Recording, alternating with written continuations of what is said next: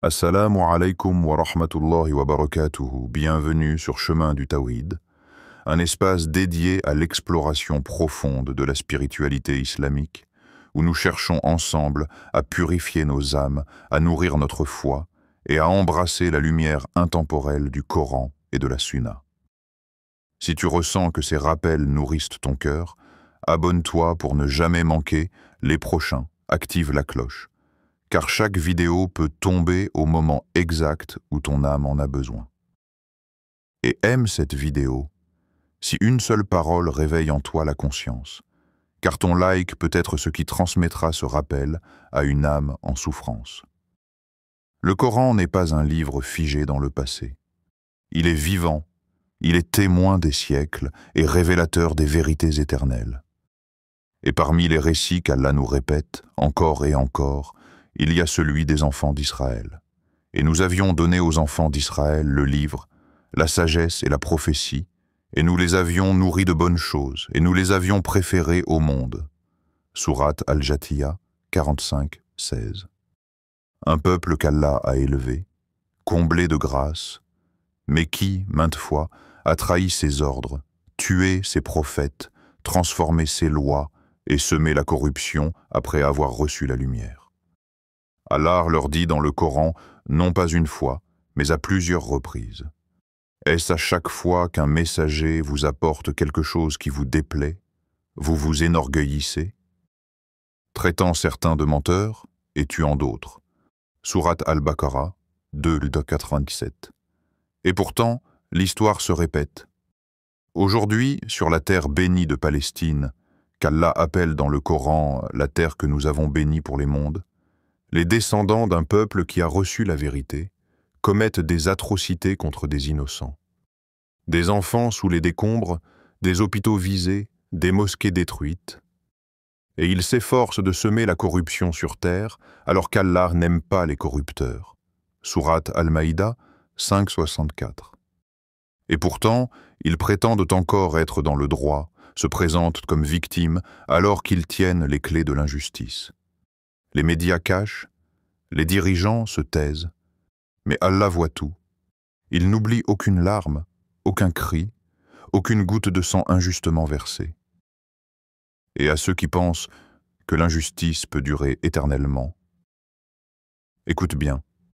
Et nous avons inscrit dans le livre, la Torah, après l'avoir mentionné, dans le rappel, que la terre sera héritée par mes serviteurs vertueux. Sourate Al-Anbiya 21:105. Oui, la fin ne sera pas pour les oppresseurs. La promesse d'Allah est claire, et ce que le Coran a révélé sur les peuples passés, les avertissements aux injustes, les signes de la fin des tyrans s'appliquent aujourd'hui encore. Lorsque nous regardons les souffrances infligées à nos frères et sœurs en Palestine, les bombardements incessants, les orphelins sous les gravats, les appels à l'aide étouffés dans le silence des puissants. Une question devrait résonner dans nos cœurs. Et moi, qu'ai-je fait? Pas pour la politique, pas pour la propagande, mais pour Allah, pour la justice, pour la Ummah de Muhammad. Pour que cette douleur ne soit pas seulement un écran que je fais défiler, mais une responsabilité devant le juge suprême. Et qu'avez-vous à ne pas combattre dans le sentier d'Allah et pour la cause des faibles parmi les hommes, les femmes et les enfants, qui disent « Seigneur, fais-nous sortir de cette ville dont les gens sont injustes » Sourate An-Nisa 4:75. Allah lui-même nous interroge.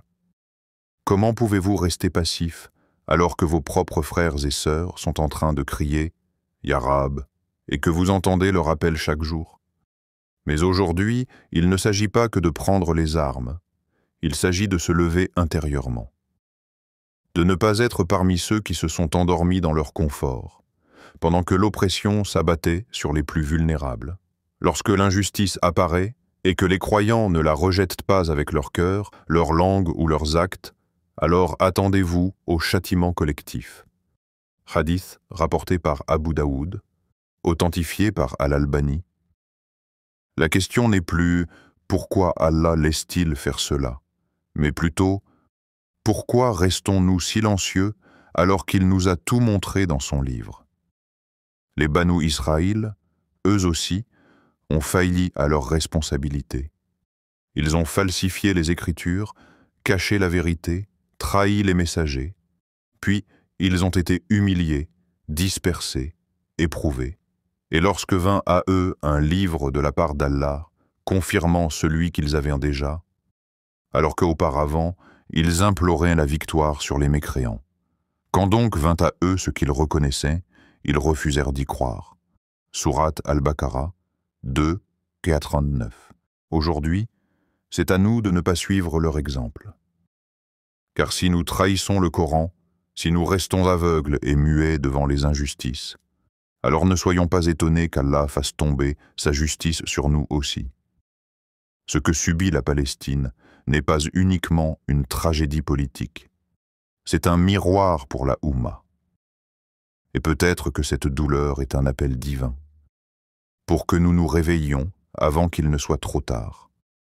Le monde regarde Israël comme une puissance, équipée, soutenue, protégée, intouchable. Mais ce que le monde oublie, c'est que le trône d'Allah est au-dessus de tous les trônes, et que lorsqu'il décide la chute d'une nation injuste, aucune armée, aucun mur, aucun allié ne peut l'en empêcher. Combien de cités nous avons détruites alors qu'elles étaient injustes? Elles sont désormais désertes, et combien de puits délaissés et de palais élevés abandonnés? Sourate Al-Hajj 22, 45. L'histoire d'Allah n'est pas linéaire, c'est un cycle, une sunna divine. Un peuple est élevé, il reçoit les signes, puis il dévie, il trahit, il répand l'oppression, et lorsqu'il dépasse les limites, Allah le renverse. Pharaon en est le symbole. Arrogant, dominateur, se croyant invincible, il a noyé des innocents dans son injustice. Mais Allah l'a noyé, lui, dans l'eau qu'il contrôlait.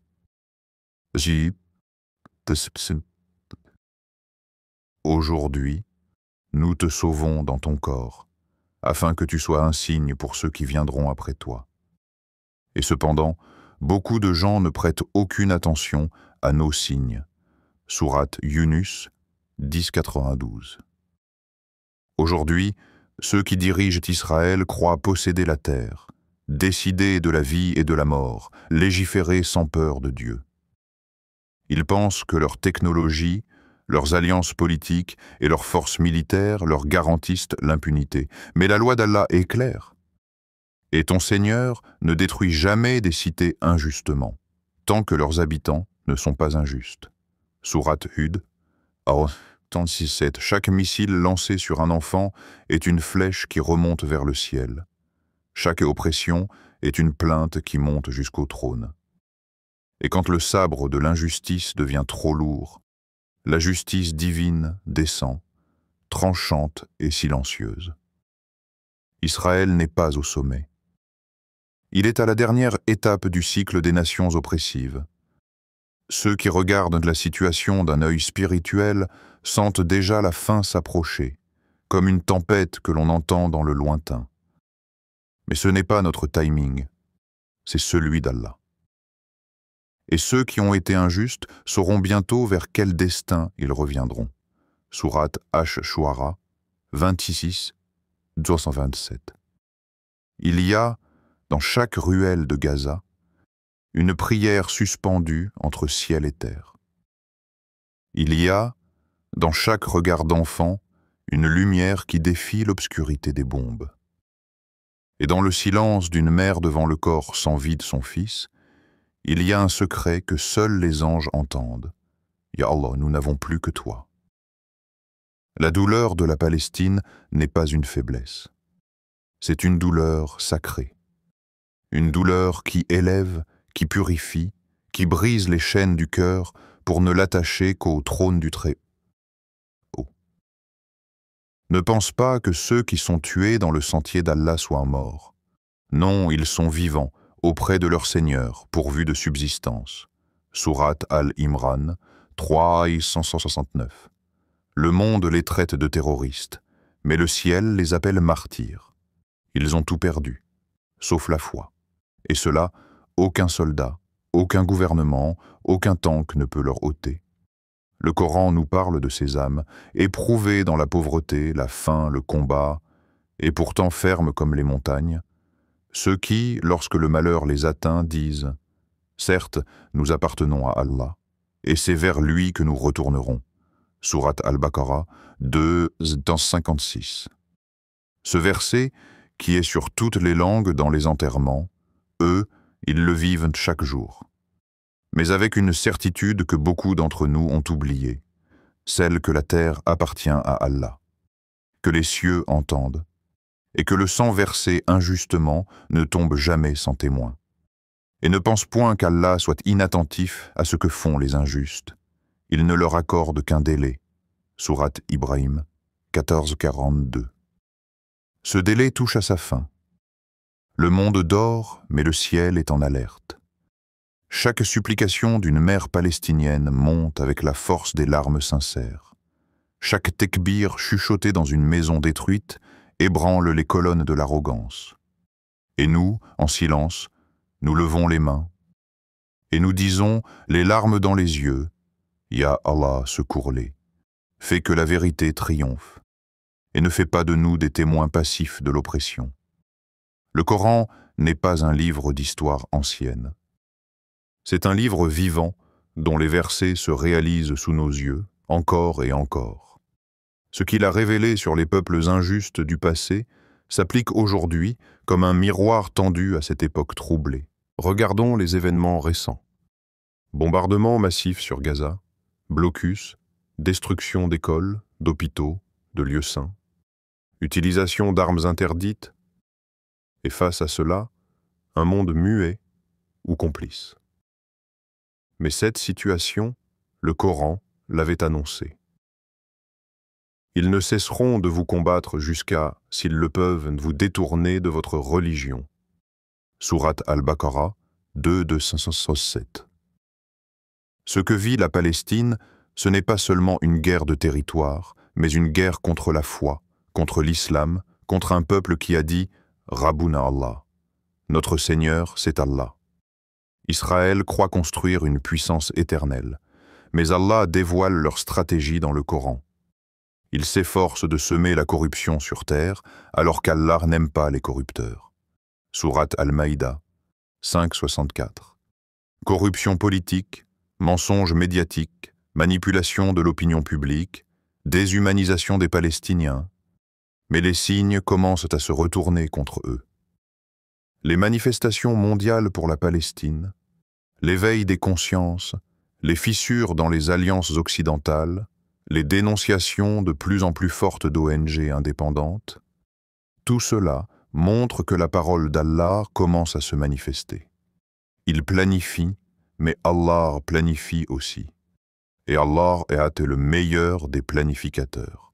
Sourate Al-Imran 3:54. Et que dit le prophète à propos de la fin des tyrans? Allah donne un répit à l'injuste, mais quand il le saisit, il ne le relâche pas. Hadith authentique, rapporté par Al-Bukhari et Muslim. Israël se croit à l'abri, protégé par l'Occident, armé jusqu'aux dents. Mais Allah ne regarde ni les armes, ni les frontières, ni les alliances humaines. Il regarde la justice. Et lorsque l'oppression devient excessive, la balance divine s'inverse. Aujourd'hui, les signes sont là. Mais seuls ceux qui regardent avec le regard du cœur, et non avec les yeux de la peur, peuvent les reconnaître. Frères et sœurs en islam, ce que nous voyons aujourd'hui n'est pas seulement un conflit lointain. C'est un appel divin. Un appel à ouvrir les yeux, à réveiller le cœur, à agir avec foi et sincérité. Le prophète nous a enseigné que la foi ne peut être complète tant que l'on voit un frère souffrir à côté de nous et que l'on n'agit pas pour l'aider. Celui qui ne se soucie pas des affaires des musulmans n'est pas des leurs. Hadith rapporté par Al-Bukhari. Ce n'est pas un appel à la guerre, mais à la solidarité spirituelle. à la prière qui soulève les montagnes, à la doura qui brise les chaînes invisibles, à la patience qui est une force intérieure. Et implorer le secours d'Allah par la patience et la prière. Certes, la prière est une lourde obligation, mais ce n'est pas aux humbles qu'elle déplaît. Sourate Al-Baqarah 2,45. Aujourd'hui, le djihad le plus grand est celui du cœur. Ne pas laisser l'indifférence s'installer, ne pas baisser les bras, ne pas renoncer à la justice parce que le monde semble sourd. L'unité des musulmans est une lumière qui repousse les ténèbres. Quand nous prions ensemble, quand nous nous soutenons, quand nous partageons la vérité, nous devenons une force invisible mais puissante. Le prophète a aussi dit « La foi est de 70 et quelques branches, et la plus haute est la parole, La ilaha illallah, et la plus basse est d'enlever un obstacle de la route. » Hadith rapporté par Al-Bukhari. Chaque geste compte. Chaque parole juste, chaque appel à la paix, chaque don, chaque prière.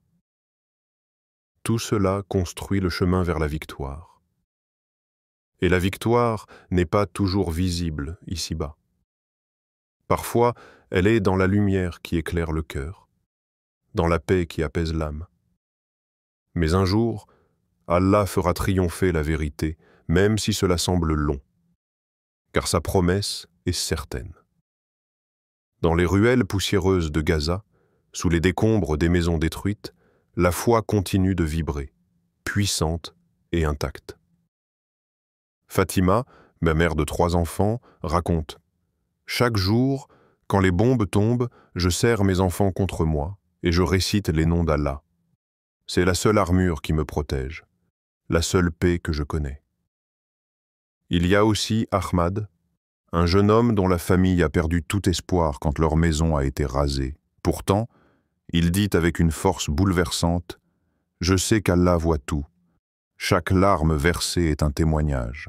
Nous sommes vivants par sa grâce, et c'est cette vie que nous offrons pour la justice. » Ces voix ne sont pas isolées. Elles sont l'écho d'un peuple qui refuse de s'effacer, qui, malgré la douleur, choisit la lumière. Ne désespérez pas de la miséricorde d'Allah. Certes, Allah pardonne tous les péchés. C'est lui le pardonneur, le miséricordieux. Sourate Az-Zumar 30-53. Leurs histoires sont des flambeaux dans la nuit, des témoignages vivants que la foi ne meurt jamais. Ils nous enseignent que le véritable pouvoir ne réside pas dans les armes, mais dans la patience, la confiance, en Allah et l'amour du juste. En écoutant ces voix, nous comprenons que cette épreuve est aussi un appel pour nous, ici, à ne jamais oublier le sens profond de la justice et de la fraternité. Dans le tumulte du monde, quand les voix s'élèvent, quand les injustices semblent triompher, il est vital de revenir à cette vérité profonde. La justice appartient à Allah seul. Et nous n'avons créé les cieux et la terre, et ce qui est entre eux que pour une juste raison. Et l'heure arrivera certainement. Pardonne donc avec grâce. Sourate Al-Hijr 15-85. Le Coran nous enseigne que même lorsque la patience est mise à rude épreuve, le cœur du croyant trouve refuge dans cette certitude. Allah ne laisse jamais l'injustice régner éternellement.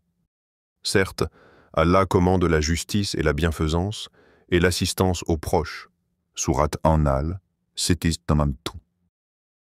Cette promesse dépasse les limites du temps et de l'espace. Elle éclaire les nuits les plus sombres et réchauffe les âmes glacées.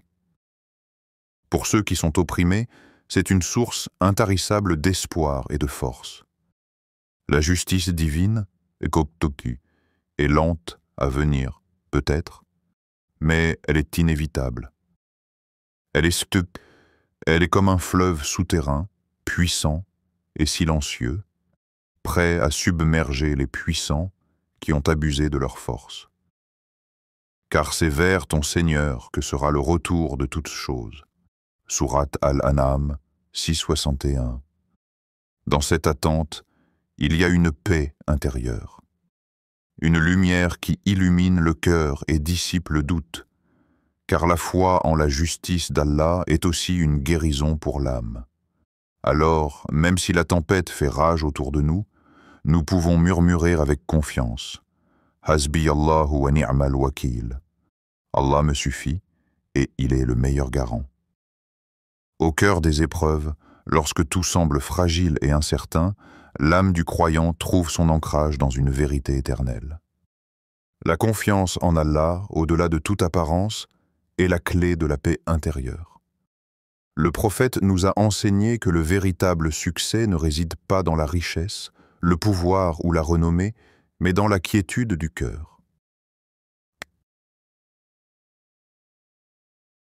Celui qui place sa confiance en Allah, il lui suffit. Sourate At-Talaq 65-3. Cette confiance ne signifie pas passivité. Elle invite à l'action sincère, à la persévérance dans le bien et à la recherche constante de la lumière, même dans l'obscurité la plus profonde. Allah transforme les cœurs, il renouvelle l'espoir et il fait de l'épreuve un tremplin vers une âme plus pure, plus proche de lui. Allah ne charge aucune âme au-delà de sa capacité. Sourate Al-Baqarah 2:286. Ainsi, face aux souffrances visibles et invisibles, face aux douleurs du monde, nous sommes appelés à purifier notre cœur, à renforcer notre foi et à nous remettre humblement entre les mains d'Allah. Chaque épreuve est une invitation à grandir spirituellement, à purifier notre intention, à aimer plus fort. Dans cette attente, dans cette confiance, naît la vraie victoire, celle qui transcende le temps, l'espace et les vicissitudes du monde. Et quand mes serviteurs t'interrogent sur moi, alors je suis tout proche. Je réponds à l'appel de celui qui me prie quand il me prie. Sourate Al-Baqarah 286. Que cette confiance soit pour chacun de nous une lumière dans la nuit, un souffle de paix dans le tumulte et un chemin vers l'amour éternel d'Allah. Mes chers frères et sœurs, si ce message a touché ton cœur, je t'invite humblement à t'abonner à notre chaîne Chemin du Tawhid pour continuer ensemble ce chemin de lumière et de réflexion. N'oublie pas d'activer la cloche pour ne rien manquer de nos partages, car chaque rappel, chaque souffle spirituel est une semence d'espoir pour ton âme. Mets un like à cette vidéo, car c'est ainsi que tu soutiens la diffusion de ces paroles de paix et de sagesse, afin qu'elles atteignent ceux qui en ont le plus besoin, partout dans le monde. Enfin, prenons un moment pour lever nos mains en prière pour nos frères et sœurs en Palestine, en Israël, et partout où règne la souffrance et l'injustice. Qu'Allah, le tout miséricordieux, apaise leurs douleurs, protège les innocents et transforme les cœurs. Ô Allah, fais que la paix, la justice et la lumière triomphent. Ô toi, le plus compatissant, guéris les cœurs brisés et guide-nous tous vers ta sagesse infinie. Qu'Allah vous bénisse et vous accorde la paix dans cette vie et dans l'au-delà. Barakallahu fikum wa jazakumullahu khayran. Assalamu alaykum wa rahmatullahi wa barakatuhu.